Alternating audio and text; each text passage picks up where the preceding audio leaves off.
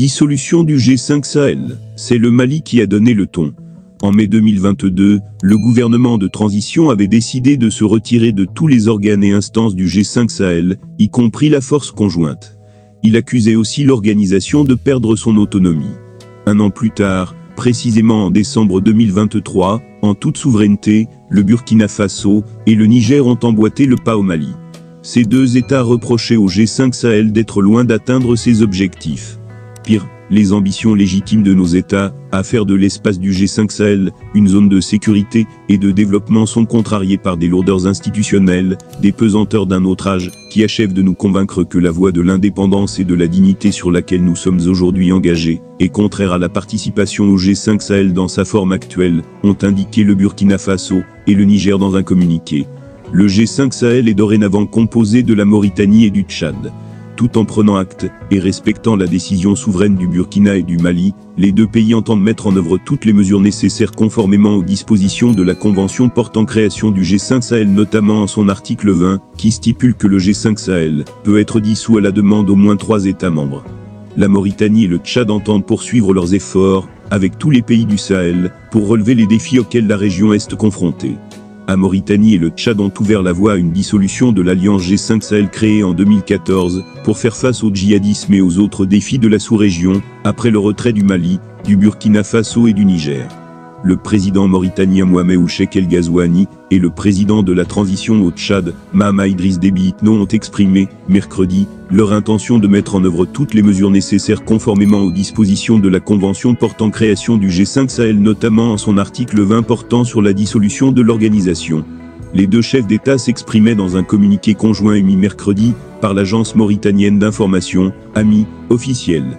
Les gouvernements de la République islamique de Mauritanie, pays assurant la présidence en exercice du G5 Sahel, et de la République du Tchad, membres de cette organisation, mettront en œuvre toutes les mesures nécessaires conformément aux dispositions de la Convention portant création du G5 Sahel, notamment en son article 20, peut-on lire dans le communiqué.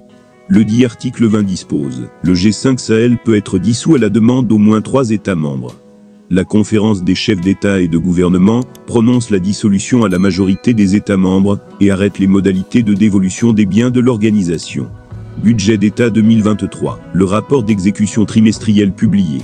Conforme aux exigences du Code de transparence dans la gestion des finances publiques, approuvé par la loi N-2013-031 du 23 juillet 2013 et de la loi N-2013-028 du 11 juillet 2013 relative aux lois de finances, modifiées, le ministère de l'économie et des finances a publié le rapport de la situation d'exécution financière du budget 2023, qui couvre les opérations budgétaires du budget général du 1er été janvier au 30 septembre 2023.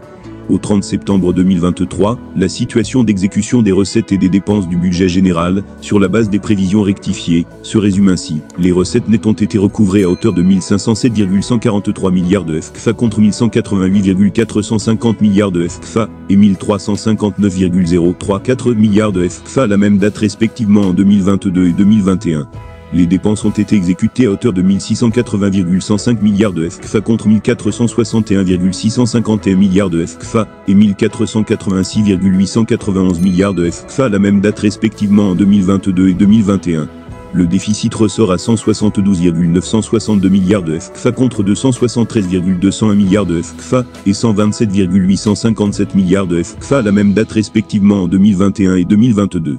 En ce qui concerne le poids des services d'assiette et de recouvrement, dans la réalisation des recettes fiscales et non fiscales, entre autres, la Direction générale des impôts, DGI, a recouvré 835,306 milliards de FCFA sur une prévision annuelle de 1166,775 milliards, soit un taux de réalisation de 71,59%, elle représente 54% des recettes.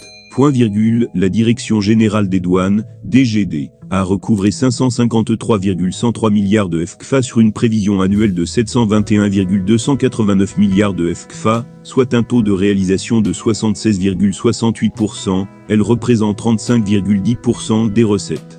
La Direction nationale des domaines a recouvré 148,164 milliards de FCFA sur une prévision annuelle de 180,572 milliards, soit un taux de réalisation de 82,05%, elle représente 9,40% des recettes.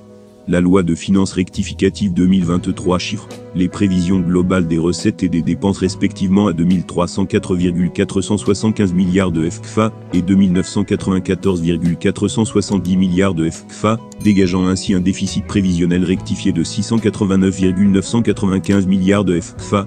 Sur ces prévisions globales ajustées, le montant pour le budget général s'élève à 2111,866 milliards de FCFA au titre des recettes et 2801,861 milliards de FCFA au titre des dépenses.